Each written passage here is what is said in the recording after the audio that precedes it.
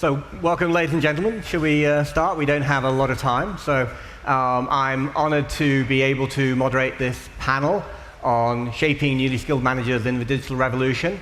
I think it's a very important topic for the next generation and also quite controversial. I think, as the host said, we have a fantastic selection of panelists, and I love the fact that we're representing different parts of the world as well. So welcome to Dean Boehm from IE Business School, Dean Okonedo from Lagos Business School, Dean Kang from Asian Institute of Management, and Dean Veloso from Imperial College Business School. I think I'd like to start not by looking at the future, but talking about today. So for those of you who know, QS is responsible for producing the QS World University Rankings. As part of our methodology, we survey over 70,000 employers around the world every year. And for many years, we've been actually tracking employer attitudes to skills. And we've just produced a white paper on the global graduate skills gap. And in many respects, it's quite challenging because employers everywhere in the world are saying, actually, there's a really big skills gap. You know, what we want from our graduates compared to what is being delivered is significant. And in particular, and it's well reported, areas like of soft skills, team playing, communication skills, but also problem solving is being identified. And the biggest gap at present, not in all regions, but overall, is resilience. So I'm interested in your regions of the world. Do you recognize these skills gaps? And what are your institutions doing to tackle them? And maybe we'll start with Dean Okonedo from Lagos Business School. Thank you. Yes, indeed. We do have those problems in my region. 10 years ago, when we sought employers' views across Africa on what skills they most require in MBA students, there were three things that were top. Problem solving, adaptability, as well as creative thinking. 10 years down the line, those still remain the top things that employers are looking for. But then, now, last year, the survey that we did included one more thing, which was cultural awareness as well as emotional intelligence. Yeah. Now, increasingly, that seems to be something that employers are seeking. I believe that that comes because of the interconnectedness between businesses across the world, and then the fact that with African graduates, they're going to be working in global organizations, and therefore, they have to be nuanced in cultural awareness. Now, with that in mind, it's been pretty challenging for us, trying to see the ways by which we can inculcate those skills. At my institution, for a long time, we've always had a course that's called Analysis of Business Problems that focuses on how they can face the challenges that occur. As you know, business education is contextual, and therefore, when we take global problems, usually the solutions that can be pursued in the Western or developed worlds may not ordinarily work there, which is where the adaptability as well as the creativity as how to take those solutions and then put it in the local context to see what do we do in that regard. Over the last few years, though, we have started to look at more experiential learning, bringing those into classroom, immersing students in real-life businesses, and that comes through things like internship programs as well as project programs across Africa as well, which is putting them there and then faced with the challenges of the environment, the instability in policies and things like that. How do you thrive, and then how do you operate? So now that's something new that we have started to do over the last 3 years as well. Last year, we only just started to include something on the course of analysis of business on judgment and decision making, because increasingly when we look at the forces that are shaping the world of business today, all the discussions that we've held about artificial intelligence as well as robotics, I think that the critical skills, in my view, that are needed is really how do managers make sense with this. And therefore, the judgment in decision making, which takes into consideration the behavioral aspects of things, comes into consideration. Great, thank you. And they say necessity is the mother of invention. We see a lot of innovation coming out of Africa, driven by sort of limited resources. So, yeah. Dean Kang. I think there's no doubt that we're seeing lots and lots of changes, but when I read the report that is being mentioned, as well as many other reports, what strikes me all the time is nobody's talking about lack of marketing knowledge. I happen to be a marketing professor, or even financial management. Of all the pages in their report, there's only one place, it's China, which talk about technical skills. And most of these, we can widely call them soft skills, or the skills that none of us as a professors, as a PhD graduates, actually learned when I was being trained, when we were being trained. We're talking about the kind of skills that are not necessarily core strengths of especially research faculty. And yes, resilience is one of the gaps that have been identified. I mean, how do we teach resilience? I think what I see, especially in where I am right now, in part of Asia, Southeast Asia in particular, I think the family sizes are getting smaller. Economic development is rapidly happening. And we all know the differences with the millennials, and they want quick fixes. They want things to happen very, very rapidly without having a lot of patience, if you will, but still want to make an impact. And how do we actually teach? Not just what we teach is an issue, it's actually how do we teach what we teach at business schools and across the university that will be able to make an impact with a totally different kind of audience who have grown up with a totally different kind of environment. And I think it is a challenge that all of us face, because unless we radically rethink, because if you think about what's happening in the real world, whether it's industry, whether it's a policy level decisions, economic development, enormous development changes happen. But if you look at how we teach in the business school, whether it's an MBA program or undergraduate program, whether it's 30 years ago or 50 years ago, more or less is the same. More or less is in a similar way delivered. So I think it challenges all of us in education to take a step back and not only think about what subject we teach and how do we incorporate that into some of the things that we have always taught and taught very well, but what would be the fundamental differences that we want to think about, and whether that's disrupting our own ways of doing things, or learning from other schools and other places, or even other industries who are doing very well. But I think we have a huge challenge ahead of us. Yep, and we'll come back to how you deliver to the millennials later, actually. So thank you. Dean Veloso. Well, thank you for the invitation to be here. I mean, this is certainly, a set of challenges that we have very present at the Business School of Imperial College. But we're also very fortunate to be part of this amazing technical institution that is Imperial College.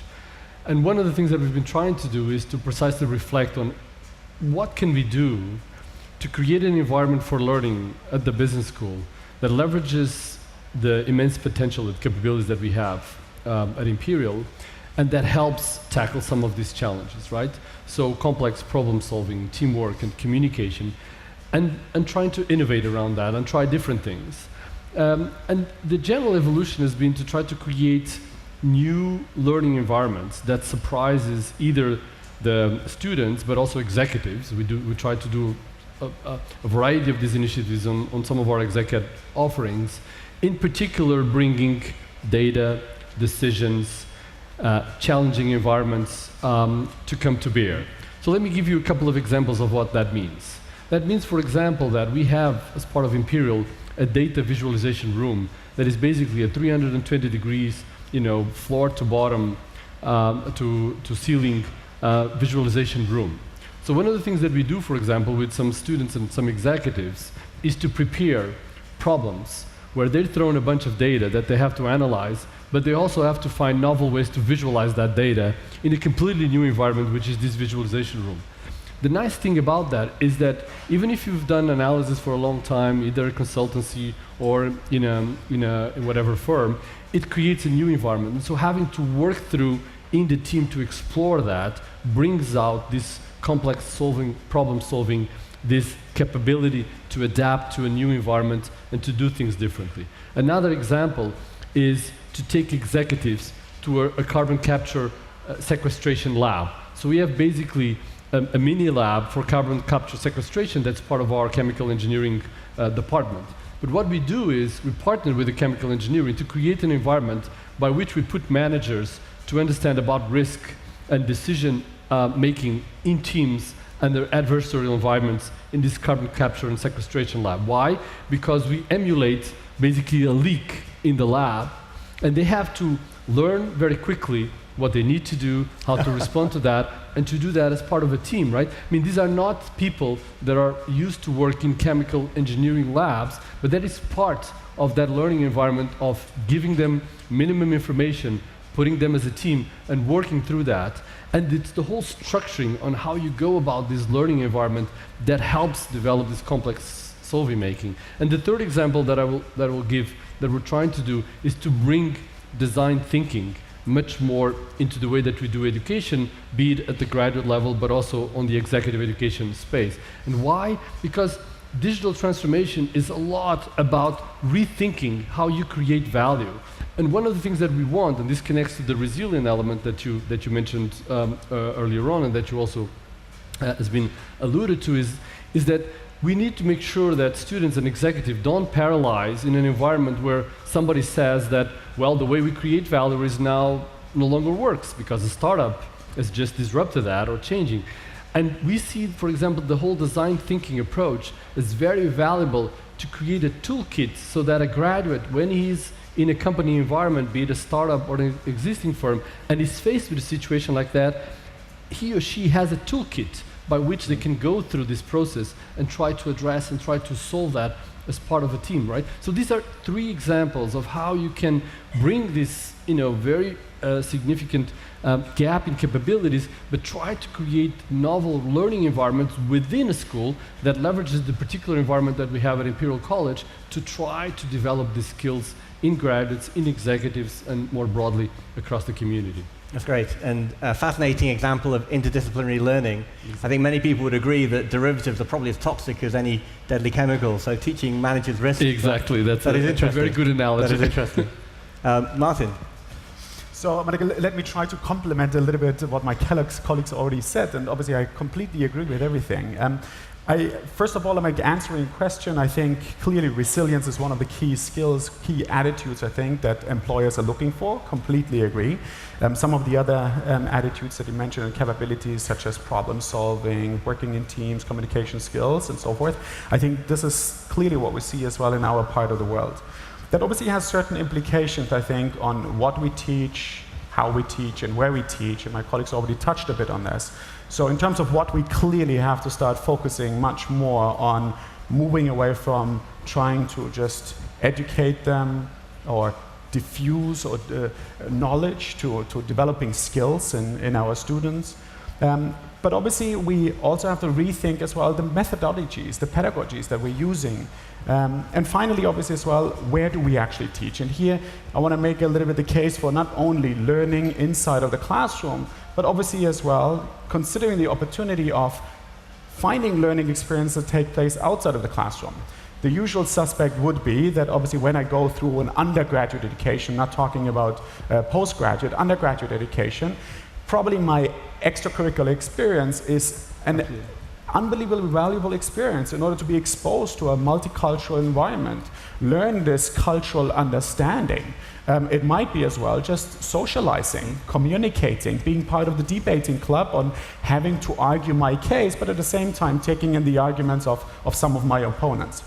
But obviously you can think about more structured learning interventions as well that take students outside of the comfort zone, that take them even outside of the classroom.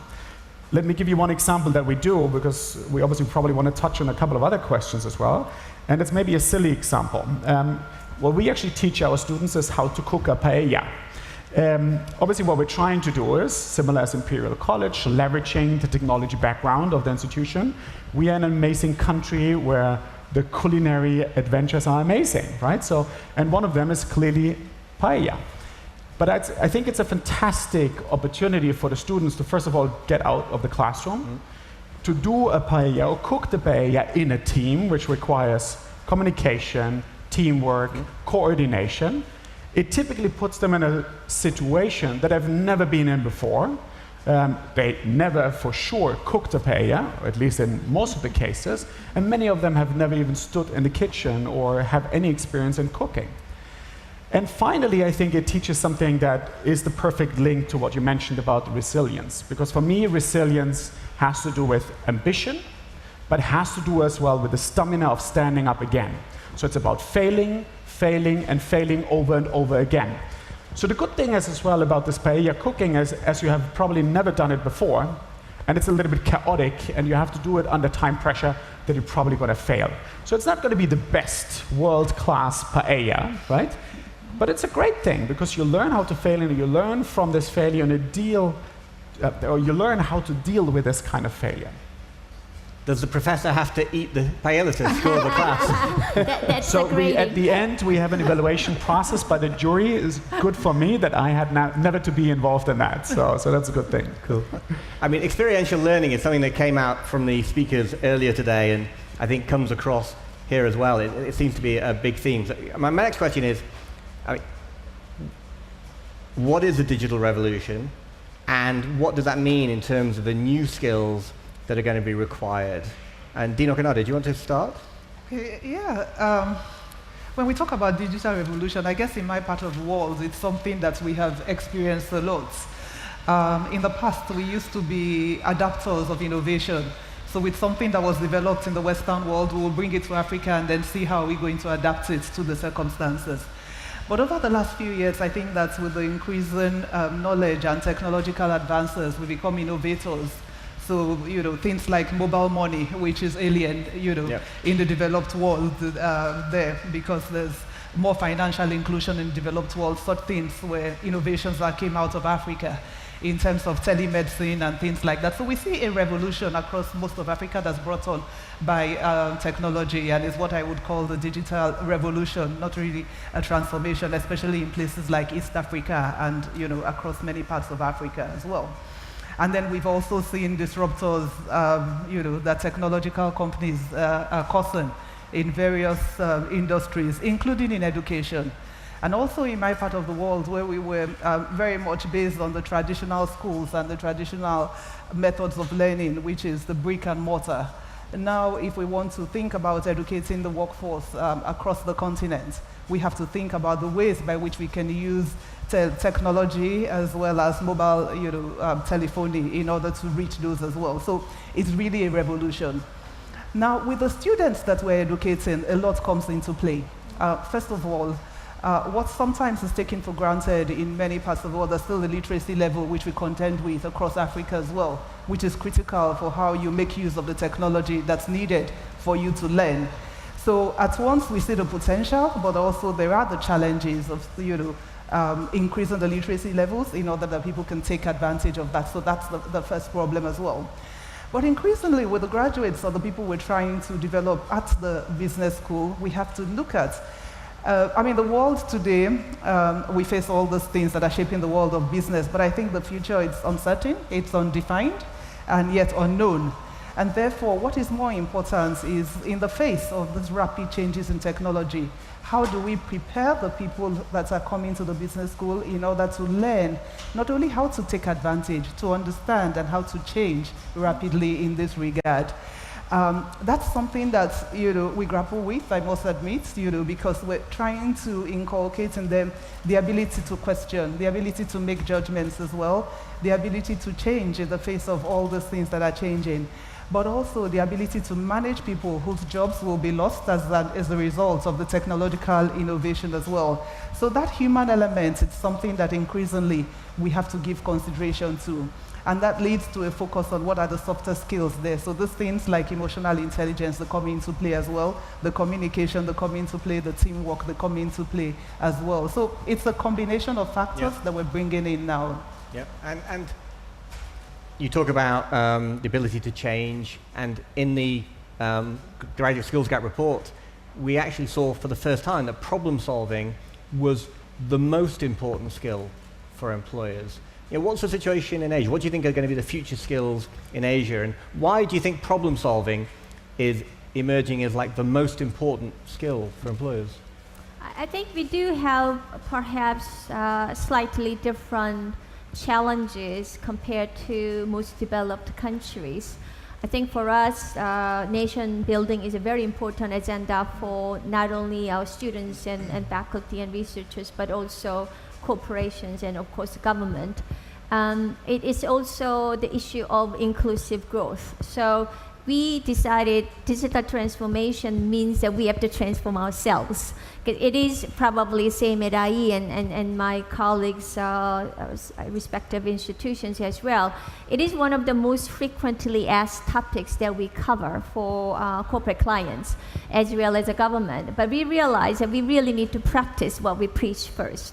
So when we decide to offer Master of Science and Data Science program, and started looking for faculty. This was the first data science program in the Philippines and one of the first in the region. We realized this is not the core capabilities of business school faculty. So we ended up hiring physicists, mathematicians, as well as people coming from a very science and engineering background rather than traditional social science background. But we had to find people who can actually engage in tri-party conversation, meaning businesses, corporations, government, as well as academia. And we were able to get the donation of a fastest supercomputer. We were able to have a very successful, the first cohort intake, recruitment. But all of these meant that our traditional business school side of our faculty started thinking about how do we actually do things differently? How do we actually transform ourselves?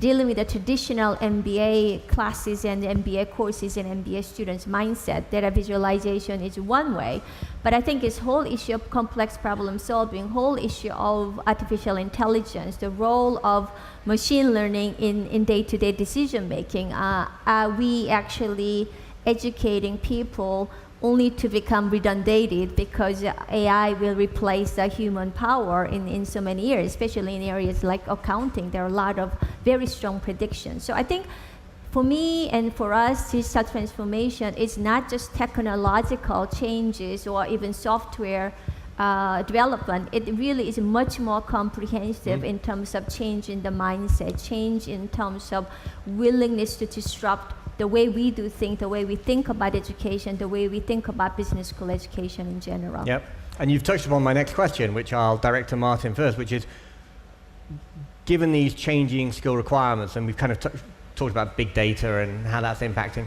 what do you think are going to be the courses most in demand in the future? How is that demand profile going to change, both from a student perspective and an employer perspective?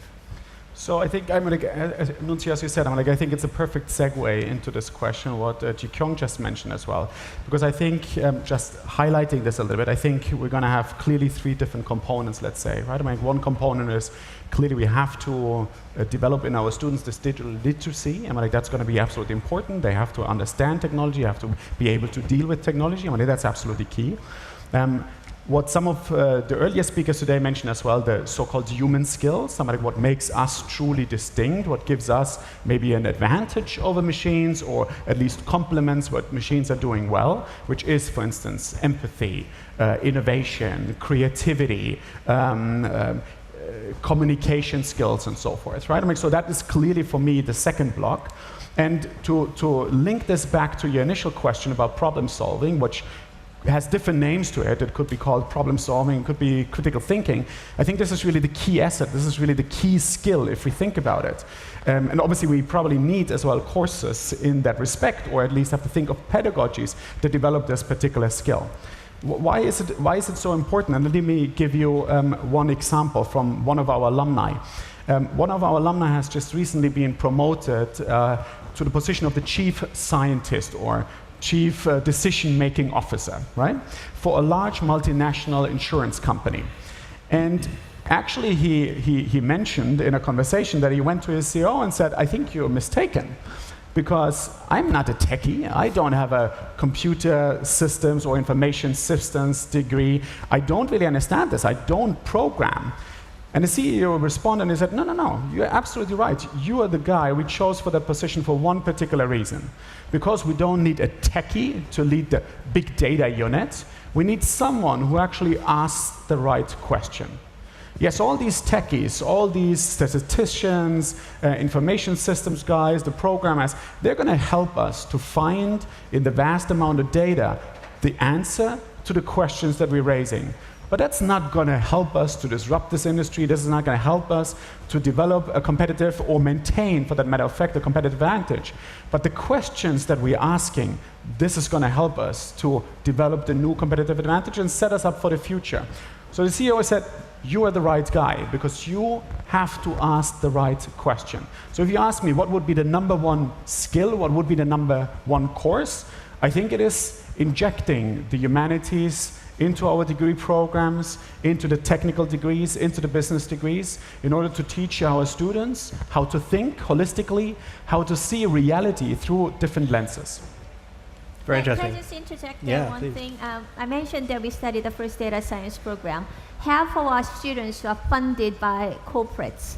And the reason that happened was exactly what the CEO said, because we said, we're not going to teach you how to code, we'll teach you how to ask the right questions.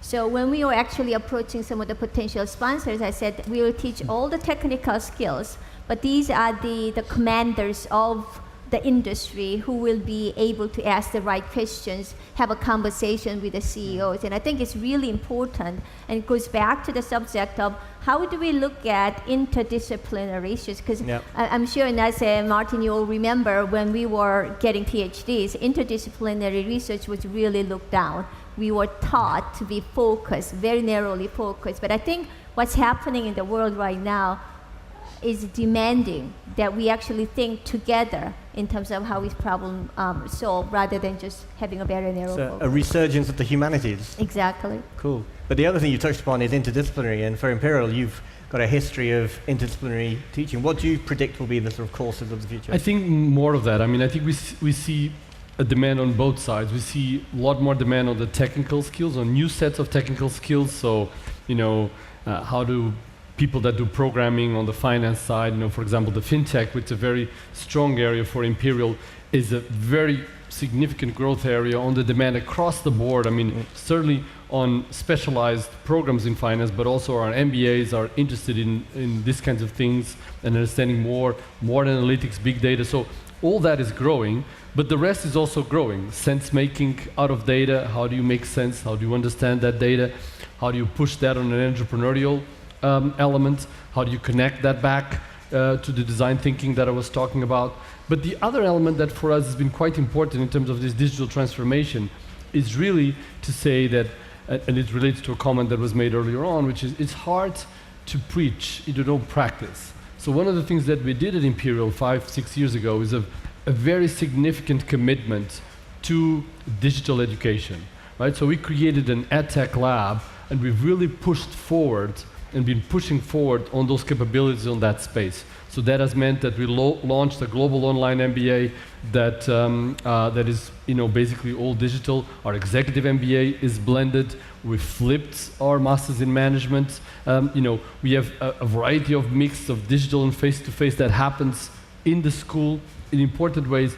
And we feel that that's quite important to be able to understand what it is to be in a very digital environment, in a very significant, at a very significant level. And not just on traditional degrees, but also, for example, we launched a business analytics online. How do you teach these things in a digital way is a different set of challenges that forces us to push ourselves onto that, and even pushing ourselves in a different directions. For example, we're now doing machine learning over the data that we have on the students that do our global online MBA to identify patterns of learning. So those that cram everything into just a short time versus those that pace things over time, does it make a difference from the point of view of learning? Can you identify patterns earlier on and intervene over that? These are all very interesting things that are also very much part of the way that we have to think about our role and about our role in terms of a digital world and digital education. There is an important part of what we do in a significant way. Thank you. So, digital learning, data analysis, key themes, but also the rise of humanities is an interesting intercept, which it'll be interesting how that plays out.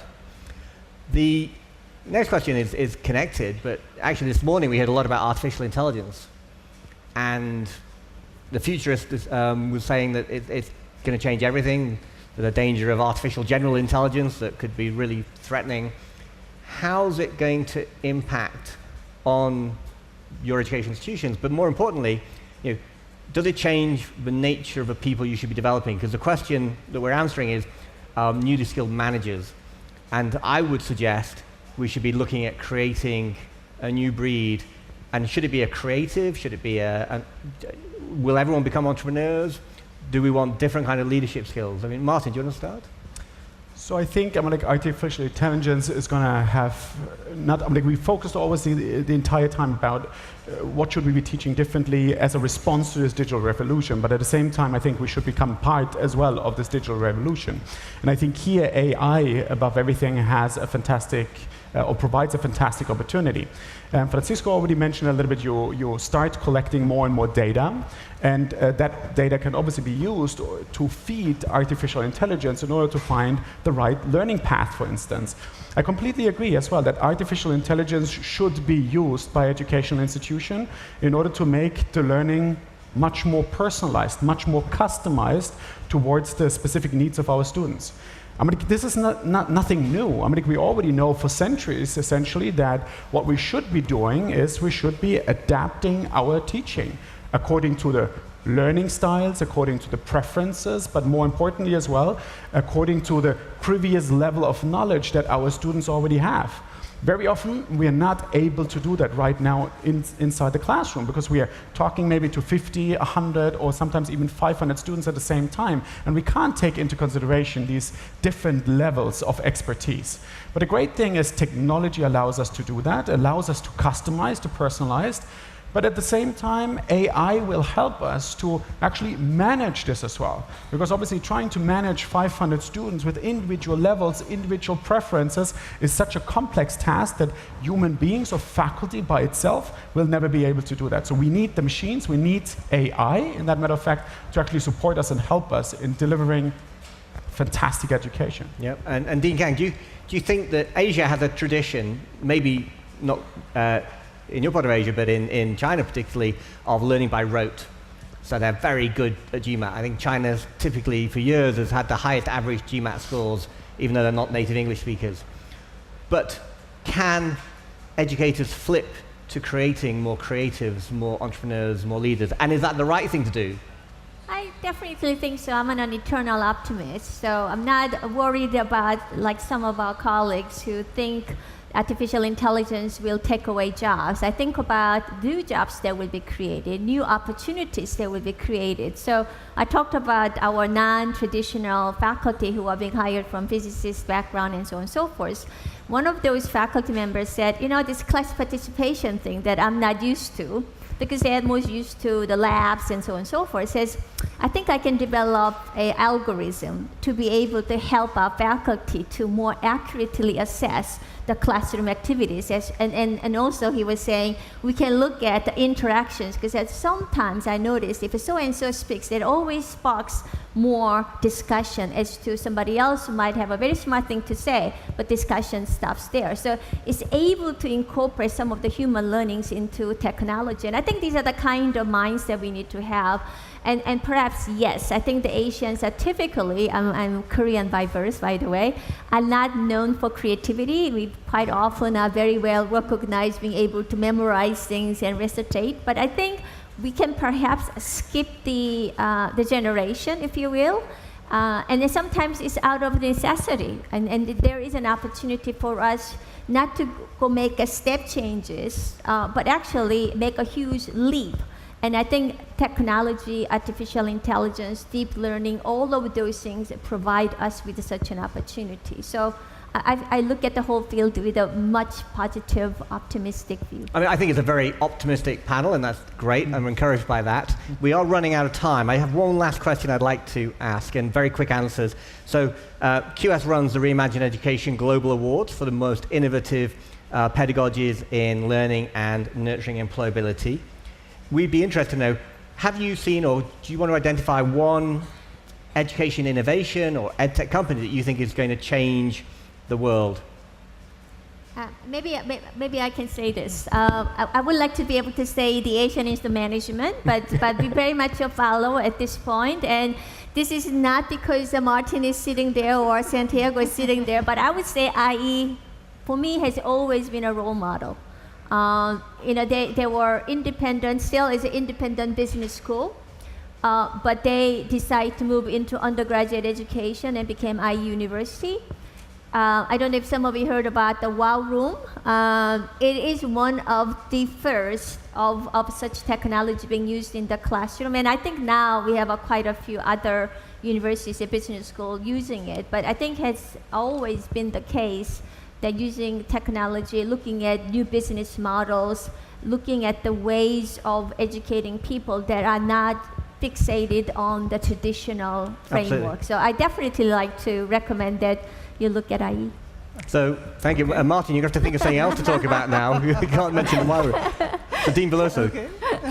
Well, I certainly think that Imperial, my business school, is doing a lot of very innovative things. I mean, I mentioned a few of these elements, and we've been taking this quite seriously. I mean, we did as part of our strategic review, we did a project recently with IDEO, the design firm, precisely to help us think about how do we take the experience that we have, on the digital education that has been a very important investment of the school, and adapt that to what the students want of the future. A much more kind of hacker mentality student, do-it-yourself student that's looking for different things.